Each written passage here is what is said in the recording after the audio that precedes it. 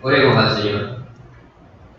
Padre nuestro, te exaltamos y reconocemos tu magnificencia, tu poder y tu gran misericordia hacia nosotros, tu justicia también, la cual nos permite estar delante suyo por los méritos de Cristo. Señor, queremos rogarle por esa justicia que nos permita acercarnos al trono de la gracia confiadamente y alcanzar socorro. Señor, queremos rogarle que una vez más nos bendiga por medio de su palabra, que su buen espíritu pueda dirigirnos hacia toda verdad. Como oramos al inicio, nuestras mentes, nuestro conocimiento pueda ser beneficiado para que nuestras almas, nuestra manera de pensar y nuestra manera de vivir también cambien. Señor, ayúdanos, te necesitamos y que todo esto pueda ser para tu gloria y tu honor. En el nombre de Cristo Jesús. Amén. Es un agrado verte nuevamente en el día del Señor y poder compartir este tiempo, un poco breve por las circunstancias, pero es el día del Señor y la iglesia está reunida.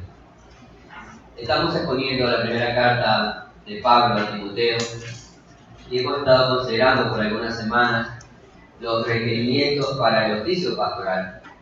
Hemos extendido un poco la exposición de estos pasajes para ahondar en algunos asuntos que no queden solamente como algo superficial, sino que profundicemos en alguno de ellos.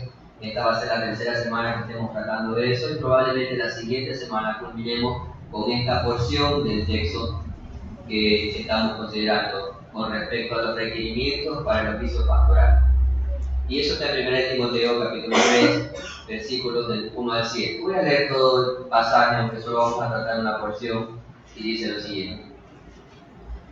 1 Timoteo 3, 1. Palabra fiel: si alguno anhela obispado, buena obra desea. Pero es necesario que el obispo sea irreprensible, marido de una sola mujer, sobrio, prudente, decoroso, hospedador, apto para enseñar, no dado al vino, no pendenciero, no codicioso de ganancias deshonestas, sino amable, apacible, no avaro, que gobierne bien su casa, que tenga sus hijos en sujeción con toda honestidad, pues el que no sabe gobernar su propia casa, ¿cómo cuidará de la iglesia de Dios? No un neófito, no sea que envaneciéndose caiga en la condenación del diablo. También es necesario que tenga buen testimonio de los de afuera, para que no caiga en descrédito y en el lazo del diablo. Hemos estado exponiendo estos pasajes, hemos estado considerando estos requerimientos que el apóstol Pablo, o que el Señor a través del apóstol Pablo establece para los hombres que sean considerados para el ministerio pastoral. Y estos requerimientos están resumidos, en primera instancia estarían resumidos a través de una palabra que hemos estado tratando a lo largo de la semana, que es irreprensible. Y esa palabra la hemos estado desarrollando en primera instancia a través de unos antecedentes iniciales, luego del fuerte anhelo que un hombre puede tener para el oficio y sus deberes. Pero la palabra irreprensible ha estado enfocada básicamente en 4 puntos principales. Hemos visto la irreprensibilidad con respecto al carácter del hombre, y hoy vamos a enfocarnos en esa irreprensibilidad con respecto a su hogar. Pero también hay una irreprensibilidad con respecto a su madurez, y también una irreprensibilidad con respecto al buen testimonio frente a los incrédulos. Ahora pensemos en esto. Los creyentes en Éfeso, y por ende todas las iglesias locales y actuales y a lo largo de la historia, hacen bien en prestar atención a cada uno de estos requisitos que son muy necesarios para el oficio pastoral. Estos servirán de parámetros para evaluar a aquellos hombres que el Señor llame a su servicio. Esta característica general del irreprensible, como hemos estado mencionando, estará enfocada o ha estado enfocada básicamente en lo que es su carácter, su hogar, su madurez y su buen testimonio. Y eso básicamente es lo que hay que examinar en los hombres que el Señor llame al ministerio. Hoy nos enfocaremos en lo que es el hogar, un hogar irreprensible, en los versículos 4 y 5. Permítanme leer nuevamente el texto 4 y 5 del 1 Timoteo 3, dice lo siguiente: que gobierne bien su casa, que tenga a sus hijos en sujeción con toda honestidad, Pues el que no sabe gobernar su propia casa, ¿cómo cuidará de la iglesia de Dios? Hay un autor de un libro que se llama Soy Llamado, David Henry. Él menciona en ese libro lo siguiente. Él comenta con respecto a un caso de un hombre con el cual él compartía una cena. Este hombre era un posible candidato para el ministerio pastoral. Dice Henry que él parecía ser perfecto para plantar una iglesia. Había asistido al seminario, tenía gran experiencia en el ministerio y tenía mucho deseo de predicar. Era como quien dice el capitán perfecto esperando debutar. Pero luego de la conversación tomó un rumbo diferente cuando empezaron a tratar con respecto a su relación matrimonial. El candidato mencionó que él y su esposa asistían a iglesias diferentes. Pero de por sí esto ya no es un problema, pero para él, para el candidato, de manera particular para él eso no era un problema, era algo sin importancia. Inmediatamente esto encendió una alerta en Henry y empezó a indagar más con respecto al asunto y preguntó ¿a qué iglesia asistía su esposa? La respuesta que le da a este candidato es que ella asistía a tal iglesia y las conclusiones logradas luego de esta respuesta es que esa iglesia a la cual asistía la esposa del candidato difería completamente de las doctrinas fundamentales que él creía que había aprendido. A pesar de todo esto, el candidato a pastorado pregunta, ¿y cuál es el siguiente paso hacia el ministerio? Y el autor responde, sinceramente, que cualquier valoración del llamado de este hombre debe incluir una evaluación de la aparente división que había en su hogar. Porque probablemente la elección de esta esposa por otra iglesia decía mucho con respecto al liderazgo de este hombre en su hogar y en su familia. El resultado final de esta conversación fue que no se lo volvió a ver más, nunca más, a este hombre. Entonces, hay un error común entre aquellos que consideran el llamado a pastorear una iglesia. Es que muchos hombres están dispuestos a guiar a la iglesia antes que guiar a sus familias. Y en el peor de los casos, algunos hombres guían a la iglesia o a las iglesias a expensas de su familia. Cualquiera de estas opciones similares son inaceptables delante del Señor y por ende inaceptables en aquellos hombres que lideren la iglesia. Cuando hablamos de un hogar irreprensible, alguien podría estar preguntándose ¿cómo puede ser posible esto? Con tantos conflictos, con tantas situaciones que hay que enfrentar en el contexto del hogar. ¿Y cómo se puede evaluar la vida de los hombres al conocer y cómo se puede conocer la realidad de sus vidas en el contexto de su hogar, de su familia? Bueno, la respuesta a esto es bastante concreta. Esto se puede llevar a cabo de manera sana a través de la vida en la iglesia local. Una membresía practicada bajo parámetros bíblicos, creyentes miembros informados de sus responsabilidades y derechos, y también comprometidos con el Señor y con otros creyentes a vivir de tal manera que glorifique a Dios y a su vez también en el contexto de la iglesia local y de la membresía, en que los creyentes, los miembros pueden llevar a cabo sus responsabilidades, pueden llevar a cabo todo lo que tiene que ver con una rendición de cuentas con respecto a su vida, pueden llevar a cabo una exhortación, una consolación, una disciplina. Eso se puede llevar a cabo solamente en el contexto de la iglesia local. Entonces, todo esto que estamos mencionando es lo que va a impulsar a hombres irreprensibles a cumplir el liderazgo en su familia de una manera irreprensible. Y luego, en la providencia del Señor, probablemente Él llame a estos hombres a un ministerio irreprensible. Y esto va a ser reconocido por toda la iglesia local que vive también de manera irreprensible. Entonces, esto no es nada extraño, en realidad, en el contexto de la iglesia, no debería ser extraño para nosotros tampoco. El versículo 5 hace una pregunta bastante contundente y bastante clara, que a su vez tiene una respuesta también bastante sencilla. El versículo 5 dice, pues el que no sabe gobernar su casa, ¿cómo cuidará de la iglesia de Dios? La respuesta es, no puede hacerlo.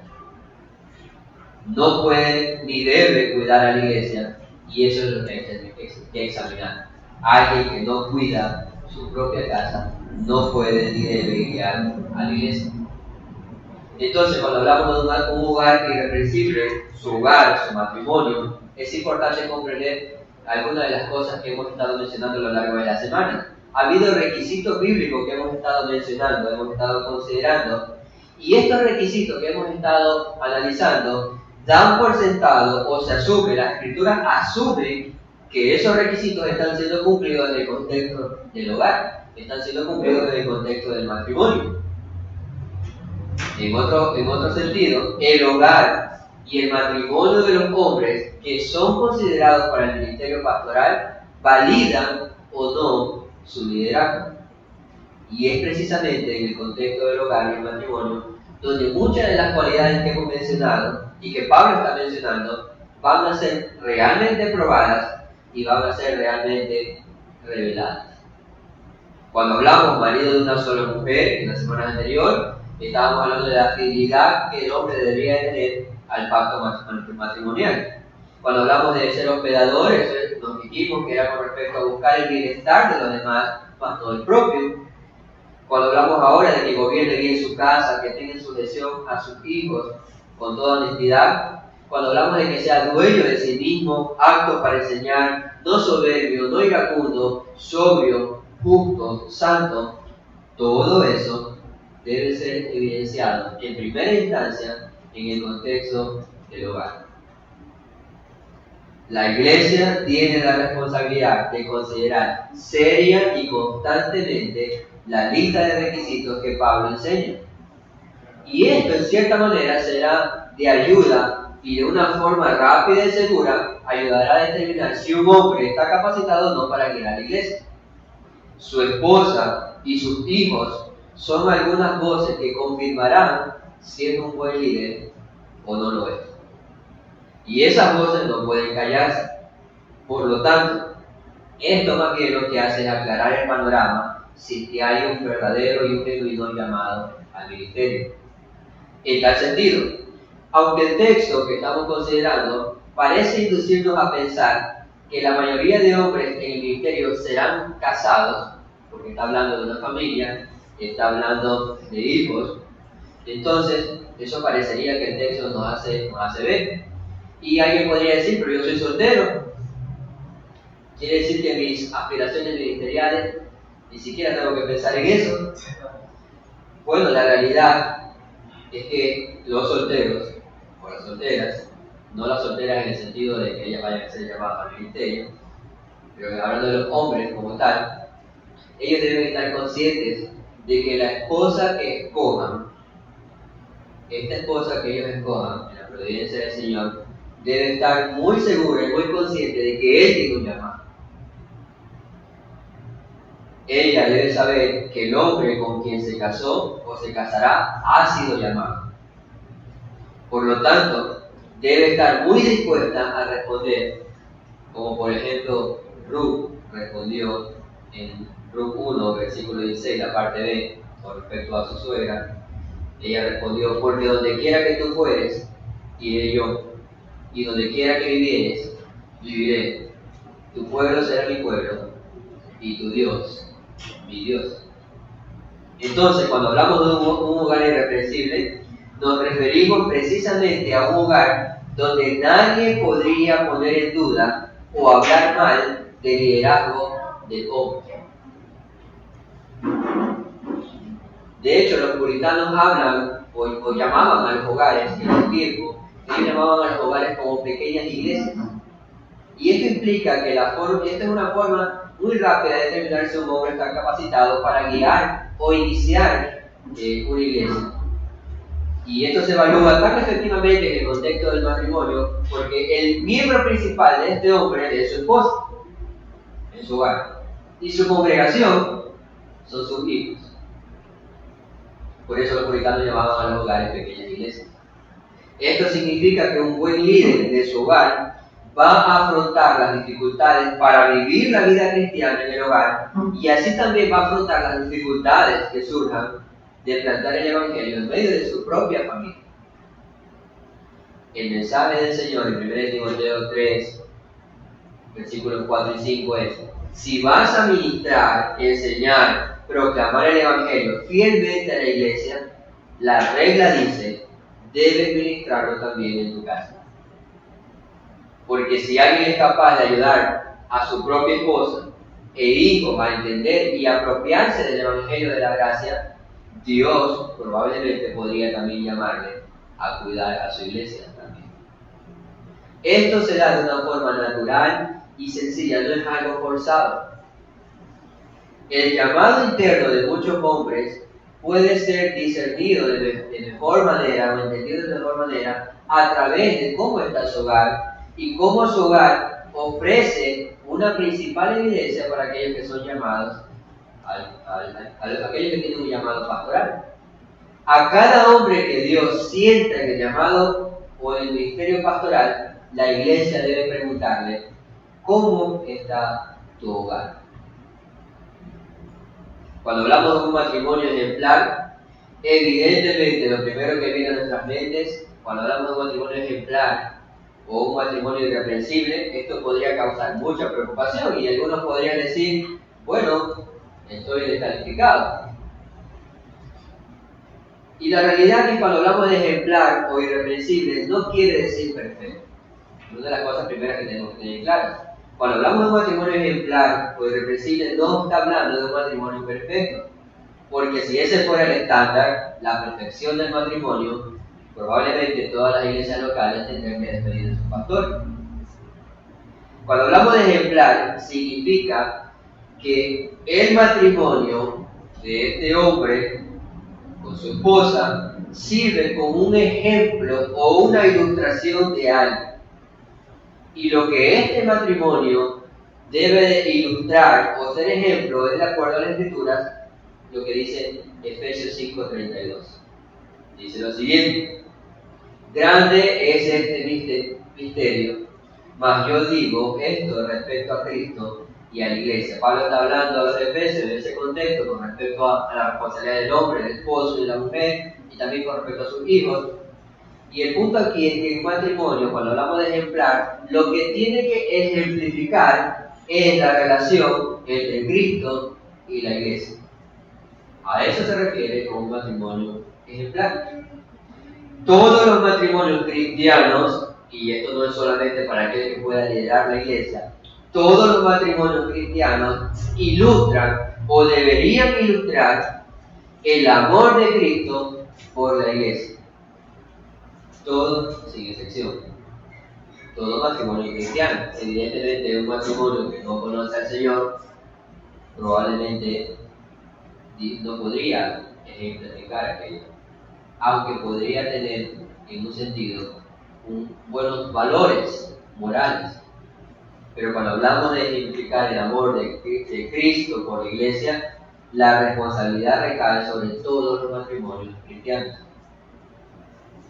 ¿Qué es lo que estamos haciendo aquí entonces? Este matrimonio ejemplar o irreprensible de el hombre llamado al ministerio o de cualquier miembro de la iglesia local debe ser un ejemplo de esta verdad: cómo Cristo ama a su iglesia y cómo su iglesia se somete al señorío de Cristo. Por eso, cuando hablamos de irreprensible, nos referimos al estilo de vida de un matrimonio que alaba el glorioso evangelio en vez de condenarlo. Hay muchos, probablemente puede haber matrimonios que en vez de exaltar el evangelio lo que hacen es dar más testimonio de Cristo. Y no es nada nuevo escuchar personas que digan: yo conozco a tal familia, yo conozco a tal persona que vive de esta o de otra manera, precisamente por no considerar estos aspectos. Por eso, cuando hablamos, por ejemplo, marido de una sola mujer, que hablamos la semana anterior, eso se refería al hecho de la fidelidad que este hombre mantiene hacia su esposa. Él no tiene muchas esposas, él tiene una esposa. Él no tiene otras relaciones, él tiene una relación con su esposa. Y cualquier cosa que pueda traer deshonra al matrimonio, y especialmente cualquier cosa que pueda dar un mal ejemplo de la relación entre Cristo y la iglesia, es algo que este hombre debe de considerar. Un comentarista menciona desde este punto de vista que el encargado, es decir, el que sea llamado al ministerio, debe vivir un matrimonio ejemplar, fiel a su única esposa, en una cultura, y ese es el énfasis, en una cultura donde la infidelidad es tan común. La relación entre Cristo y la iglesia es una relación de un esposo o de un novio, hasta el tiempo que venga el Señor, que ama a su novio. Y solamente ama a su novio. Por lo tanto, se recibe una cualidad esencial de cada creyente verdadero.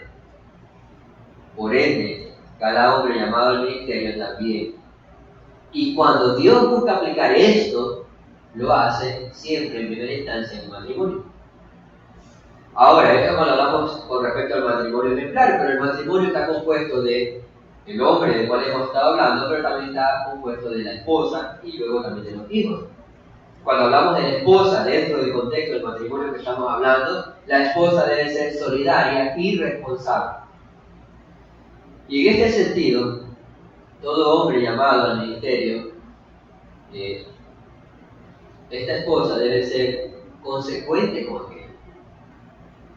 Su hogar, su matrimonio, cuando hablamos del hogar y del matrimonio, es imposible no considerar el rol de la esposa y su colaboración con respecto a esto. Ahora, es claro enfatizar que no estamos diciendo que la esposa es llamada al ministerio. Lo que estamos diciendo es que ella debe estar consciente del llamado que su esposo tiene al ministerio. Y hay que ser sinceros, es prácticamente imposible tener éxito en un ministerio con una esposa que no está comprometida con el llamado de su esposo. Y mucho menos tampoco está comprometida con su responsabilidad como creyente en el reino de Dios. Entonces es imprescindible la comprensión de que el ministerio no es un camino que lleva a algo más, y eso es importante. No es que uno entre al ministerio y alguien que un hombre podría decir, bueno, es algo más que voy a realizar, no. Es un llamado a conectar el evangelio con las personas y con sus problemas.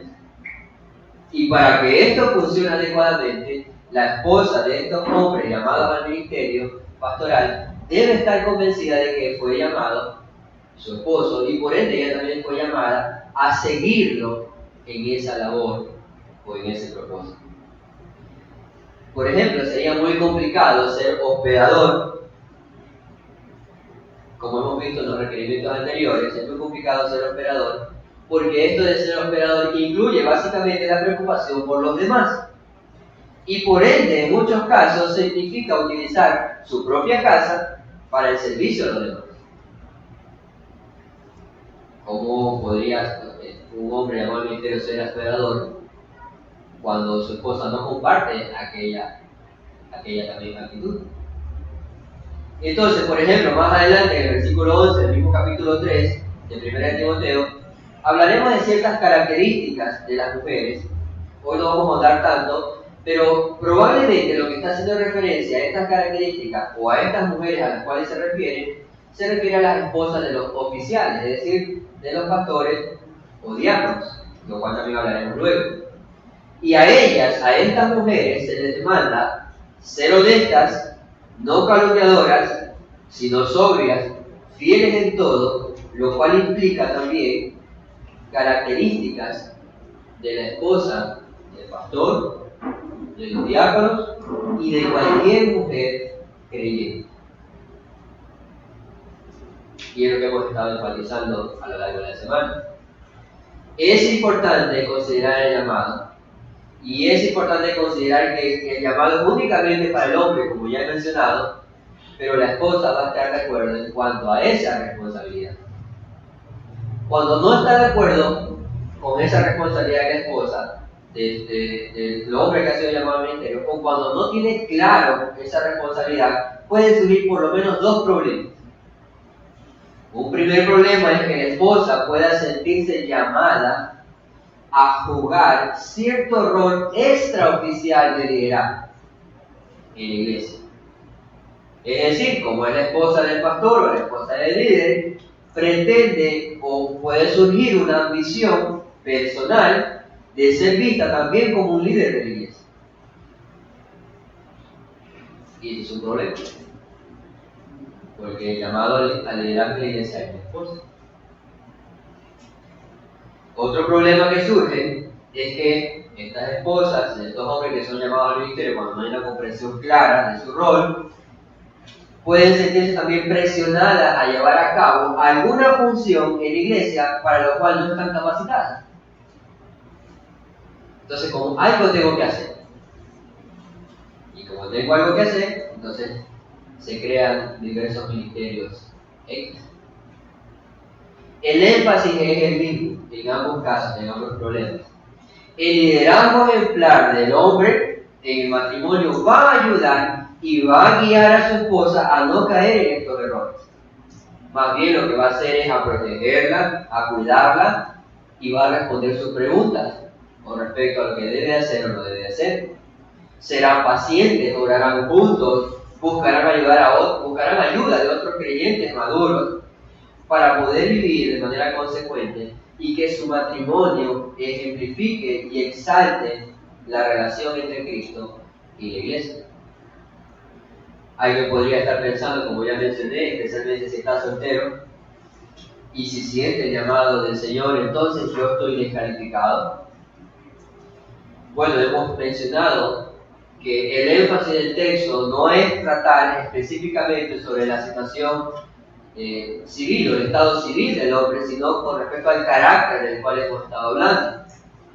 Pero aunque evidentemente se habla de la esposa y de los hijos, la implicación es clara para los solteros. Aquellos hombres solteros que sean llamados al ministerio, la realidad es que no estarán solteros siempre. Un día estarán casados. Entonces los solteros no deben olvidar que probablemente un día en la providencia del Señor también estarán casados. Y ahí es importante un consejo que da Charles Price.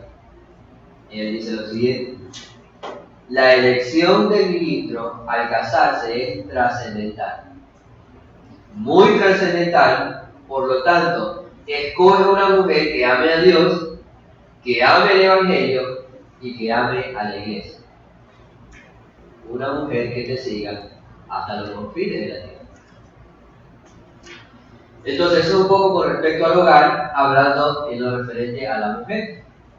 Pero también dentro del hogar está el aspecto en lo referente a los hijos.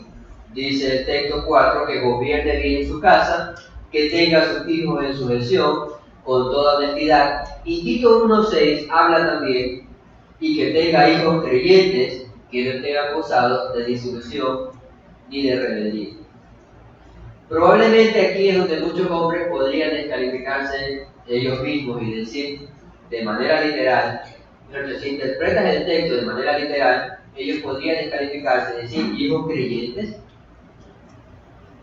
Si no hay una comprensión correcta de lo que está diciendo el texto, lo que se podría entender que todos los que son llamados al ministerio pastoral deben de tener hijos que son creyentes, es decir, hijos que son cristianos. Y si entiendes el texto de manera literal, esto descalificaría a todos aquellos que no tengan hijos y aquellos que tengan hijos pequeños, probablemente que no profesen la fe aún.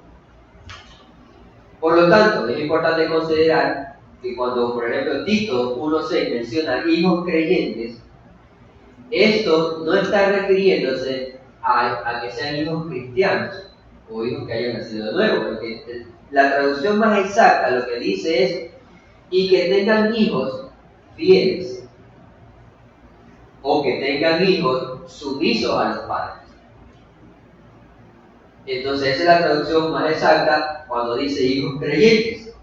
Y esto va más en armonía con la siguiente frase: disolución y rebeldía, porque ¿dónde un hijo podría rebelarse si no es en el hogar? En otras palabras, lo que está diciendo Pablo es que tengan hijos sumisos con un estilo de vida íntegra, sin rebeldía ante sus padres. Y como estamos hablando del hogar, se refiere a aquellos hijos que viven dentro del hogar. La enseñanza más simple de la Escritura es que casi siempre, y esto es importante y es esperanzador para nosotros, casi siempre, en la providencia del Señor, una crianza piadosa con fe se va a mostrar y se va a evidenciar en la vida o en los frutos del hijo. No es una regla exacta, pero casi siempre va a suceder eso. Hijos que han sido instruidos con el temor del Señor desde pequeños conocerán al Señor en el camino y su vida evidenciarán aquello. Génesis 18, 19, por ejemplo, con respecto al carácter de Abraham y a su liderazgo, menciona, Génesis 18, 19, porque yo sé que mandará a su hijo. Está hablando el Señor con respecto a Abraham, está dando testimonio el Señor de Abraham, y él dice, porque yo sé que mandará a sus hijos y a su casa después de sí, que guarden el camino de Jehová, haciendo justicia y juicio, para que haga venir Jehová sobre Abraham lo que ha hablado acerca de él. El Señor está hablando con respecto al carácter de Abraham y de la responsabilidad que él tenía y él sabía y estaba cumpliendo con respecto a dejar herencia espiritual a sus hijos. En tal sentido, los hijos reflejan el liderazgo del hogar. Por lo tanto, esto va a ayudar a un hombre a reconocer si está siendo llamado al liderazgo de una iglesia. Entonces aquí tenemos quizás un posible problema. Y es importante considerar aquello, porque podemos ser muy susceptibles a engañarnos a nosotros mismos con respecto a la crianza de nuestro hijo. Uno puede decir, yo crío a mis hijos son unos angelitos. Solo le falta las alitas. O alguien podría decir, mis hijos son ejemplares. Entonces podemos muy susceptibles a engañarnos, porque son nuestros hijos, porque los amamos. Y podemos exagerar en un extremo o en el otro. Podemos exagerar en que los estamos criando exactamente bien, o podríamos también exagerar en el hecho de que no les estamos enseñando a hacerlo bueno. En cualquiera de los casos, lo que está dando Pablo es un parámetro sobre el perfil correcto de la enseñanza o de la crianza a los hijos. ¿Cuál es ese parámetro de manera general que está mencionando Pablo? Bueno, él dice, deben de ser sumisos o sujetos. Es decir, los hijos deben de ser sumisos o sujetos. Y esto implica que hay una responsabilidad de guiar a los hijos mientras son enseñados también en la fe hacia el Salvador. Es decir, hay cosas que enseñarles en su conducta, en su moral, pero a su vez también hay aspectos fundamentales en referente al Evangelio que hay que enseñarles con la esperanza de que eso les salve y les traiga el conocimiento de la verdad. Entonces ellos aprenden a comportarse de acuerdo a los estándares establecidos. Hay formas de comportarse y el hombre establece aquello, pero a su vez también ellos están aprendiendo con respecto a la fe. Y en ese aprendizaje ellos están aprendiendo a ser sumisos o sujetos a la autoridad de los padres. Por eso también dice que no estén acusados de disolución y rebeldía. Es decir, ellos deben ser guiados de forma que su influencia continúe en las siguientes decisiones morales que ellos tomen. Nosotros vamos a enseñar a nuestros hijos, y algunos ya lo han hecho a lo largo de su vida, pero al final ellos son agentes independientes que tendrán que tomar decisiones. Pero el punto aquí es que conforme a la instrucción que le hayamos dado, correcta, espiritual también, eso pueda dirigir sus pensamientos o sus decisiones del futuro. Entonces, cuando ellos piensen en una decisión que van a tomar pecaminosa, probablemente aunque no sean creyentes todavía, los principios que han sido puestos en su corazón y que están en su corazón, en su mente por lo menos, probablemente le ayudarán a tomar decisiones morales correctas. La ausencia de esos principios no tendrán de dónde tomar para decidir. Entonces hay que enseñarles sobre los beneficios y las bendiciones de que se hayan criado, que puedan criarse en el contexto de un lugar cristiano. Entonces los hijos van a ser sumisos o sujetos en este sentido y no estarán acusados de disolución ni rebeldía porque han sido enseñados también con respecto a sus decisiones. Y aquí también hay un aspecto adicional que está implícito en lo que está mencionando Pablo, y es que debe de guiar a la comunidad. ¿A qué se refiere? Que la comunidad de la iglesia local observa el comportamiento de nuestros hijos, o debería observarlo. Para bien o para mal, el comportamiento de nuestros hijos va a permitir que la iglesia saque conclusiones con respecto a esto. El hombre que ha sido llamado deberá estar abierto a comentarios y a observaciones con respecto a lo que su familia hace. Por lo tanto, aunque ningún hombre de Dios, por más piadoso que viva, no puede cambiar ni renovar el corazón de su hijo. Eso no lo podemos hacer nosotros. Eso lo hace el Evangelio, el Espíritu Santo a través del Evangelio. Del Evangelio que ha sido proclamado y plantado. Lo que sí podemos hacer como hombres es, y de manera responsable, es construir un hogar en el que el respeto, la obediencia y las enseñanzas de Dios formen parte de la cultura familiar. Es decir, cuando los hijos vean a sus padres orar o se reúnan a leer la palabra de Dios o a compartir, eso no sea algo extraordinario, sino que forme algo normal y natural en el contexto de la familia. Y eso es algo en lo cual hay mucho que trabajar. Hay dos aspectos adicionales a considerar con respecto a la irreprensabilidad del hogar con respecto a los hijos. Muchas veces se comete también el error en el contexto de la iglesia de esperar un comportamiento perfecto, tipo angelical, de los hijos de los pastores. Y en muchos casos, este tipo de expectativas y actitudes causan mucho daño, incluso llevando a los hijos a la rebeldía. No se puede olvidar que los hijos de los pastores son iguales que a cualquier otro hijo de las familias que se congregan en la iglesia. Y su comportamiento va a ser también de acuerdo a la etapa y edad en la cual estén viviendo esos niños o esos hijos. Por lo tanto, el trato hacia ellos debe ser del mismo modo que hacia cualquier otro niño o joven que está en la congregación. El mismo trato es para todos, la misma consideración. Otra situación a considerar es que no se puede descuidar, y es algo que debe considerar cada hombre, los pastores deben disciplinar a sus hijos por sus conductas o comportamientos pecaminosos, pero también deben mantener un equilibrio entre su forma de ejercer dicha disciplina. Por ejemplo, los hijos no deben de pensar que son disciplinados porque están haciendo quedar mal al padre delante de la iglesia, que quizás es el pastor o el líder. De hecho, hacer esto, es decir, disciplinar a un hijo porque me hace quedar mal frente a los demás, es una forma de generar en ellos una actitud de hipocresía.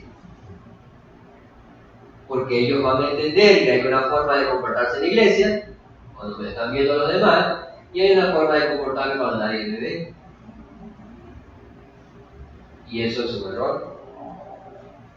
Los hijos, no podemos llevar a los hijos a pensar de tal manera.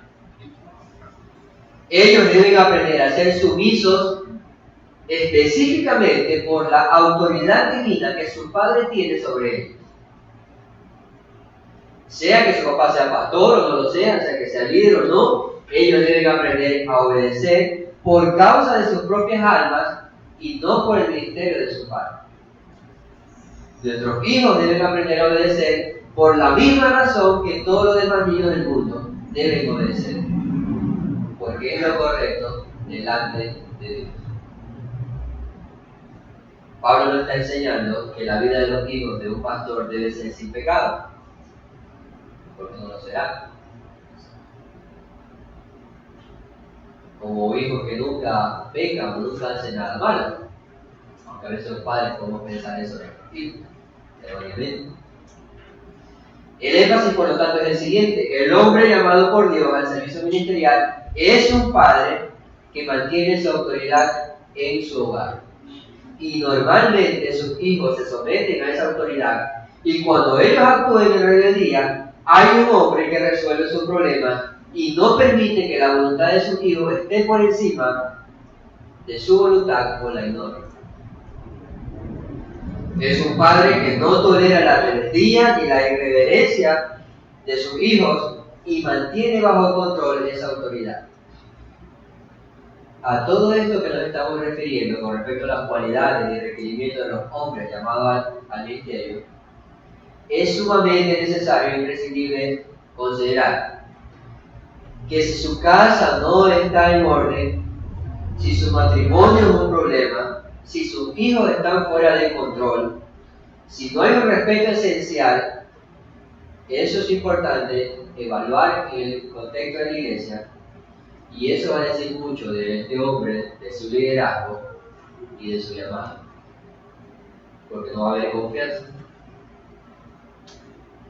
La posición de liderazgo, además de ser un ejemplo de la Grey, el pastor no es una persona privada, él está puesto delante de la congregación como un modelo a imitar. No es perfecto, pero también está puesto frente a una comunidad donde reside y en la cual esta comunidad, es decir, los incrédulos alrededor, no creen ni entienden el Evangelio. Pero probablemente un hogar irreversible es un buen ejemplo para que ellos puedan ver algo de Cristo y algo de la iglesia.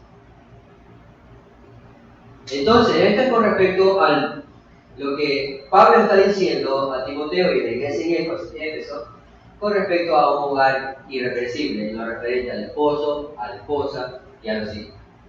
Permítame hacer unas aplicaciones para finalizar. Dios, antes de llamar al ministerio a cualquier hombre, primero nos llama a él. Es decir, la irreprensibilidad de un hombre, de su hogar o su matrimonio, no tiene como base principal nuestras propias obras o méritos humanos, sino que se sustenta y fluye del llamado de Dios a la salvación. Por lo tanto, no hay irreprensibilidad sin Cristo, ni para los líderes, ni para ningún hombre o mujer en el contexto de la iglesia. Nuestra irreprensibilidad no es por nuestra conducta o moralidad, sino que empieza con Cristo y se sostiene en Él. Si somos irreprensibles delante de Dios, de los hombres, es por los méritos de Él. Un hogar no puede ser irreprensible si los integrantes de este hogar no encuentran la paz y la restauración que Dios concede. Donde antes había enemistad, disputas, lucha de poderes, el Señor trae armonía y paz genuina. Romanos 5:10 dice: pero si siendo enemigos fuimos reconciliados con Dios por la muerte de su Hijo, mucho más reconciliados seremos salvos por su vida. Un hogar no puede ser irreprensible sin un modelo. Un hogar no puede ser irreprensible sin un modelo perfecto de justicia y santidad. Y el hombre no es ese modelo perfecto. Cristo es ese modelo perfecto. Mientras el mundo prefiere seguir los consejos y ejemplos terrenales, los creyentes miran el ejemplo perfecto que vino al mundo y se encarnó. Como dice Juan 1:14, y aquel verbo fue hecho carne y habitó entre nosotros, y vimos su gloria, gloria como del unigénito del Padre, lleno de gracia y de verdad. Un hogar no puede ser irreprensible sin una correcta comunicación y relación entre sus integrantes. La comunicación y las relaciones fueron deterioradas por causa del pecado. Las comunicaciones entre los hombres y las relaciones entre los hombres, entre el hombre y la mujer, y nuestra relación y comunicación hacia Dios. Por lo tanto, no hay comunicación ni relación hacia Dios si esto no ha sido restaurado por medio de Cristo. Y no hay comunicación ni buena relación entre los hombres si no ha sido, lógicamente, Cristo obrando en el corazón de estos hombres y mujeres. Por medio de su sangre derramada podemos ahora conectarnos con Dios y relacionarnos con Él. De la misma manera, nuestro corazón es regenerado, nuestros ojos y oídos son abiertos y podemos escuchar el llamado de Dios a vivir de esta manera pero también podemos escuchar el llamado de Dios a perseverar en nuestro hogar de esta manera. Un hogar no puede ser irrepresible sin el Evangelio, porque este es el medio que Dios utiliza para llamar a la salvación. Este es el medio que Dios utiliza para unirnos a Cristo por su gracia. Este es el medio que Dios utiliza para santificarnos, para liberar nuestra conciencia y nuestra práctica de todo aquello que hacíamos antes y de lo cual éramos acusados irreprensibles y de manera justa teníamos acusaciones contra nosotros. Pero por medio de su perdón, por medio de la obra redentora de Cristo, por medio del Evangelio, un hogar puede ser irreprensible cuando sus integrantes han sido regenerados por ese Evangelio. Romanos 8, 33 y 34 menciona: ¿quién acusará a los escogidos de Dios? Dios es el que justifica. ¿Quién es el que condenará? Cristo es el que murió, más aún el que también resucitó, el que además está a la diestra de Dios, el que también intercede por nosotros. El Señor nos llama a examinar nuestro hogar como creyentes y como hombres que puedan ser llamados al ministerio. Pero la base de ese examen debe estar sobre los méritos y la obra de Cristo Jesús para aprobar. Oremos. Señor, le damos gracias. Gracias porque tu palabra es bastante clara con respecto a tus requisitos en aquellos hombres que tú llamas al ministerio, pero también en las responsabilidades que tienen todos los hombres, todas las mujeres que tú has salvado y has traído a la luz. Cada matrimonio, cada hogar cristiano debe de ser un hogar irrepresible y buscarse a lo cada día, confiando en la obra de Cristo, confiando en el poder del Evangelio, viviendo de tal manera que glorifique tu nombre. Señor, ayúdanos. Ayúdanos a poder ser esos hogares que muestran la luz de Cristo al mundo, que exaltan tu nombre donde sea que nos encontremos. Ayúdanos a ser esos hogares donde Cristo sea glorificado. En el nombre de nuestro Señor y Salvador, Amén. Amén.